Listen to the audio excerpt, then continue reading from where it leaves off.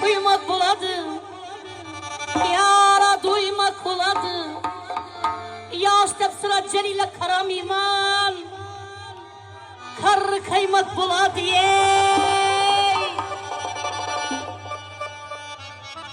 Canım hepken bitken o, muradlara yetken o.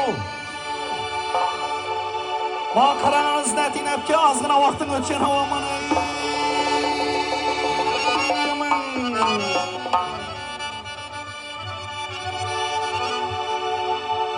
Hep yerim malın boynum asılmaz.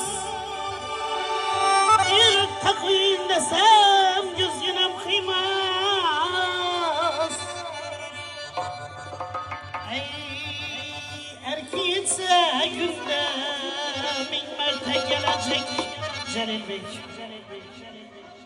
Köyündeki onda dursun. Ey köçedekilerim hiç dilini duymasın. Aman Allah.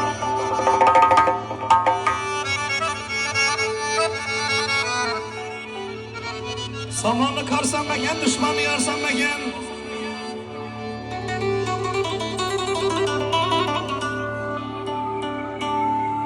Uzun desen en bağa.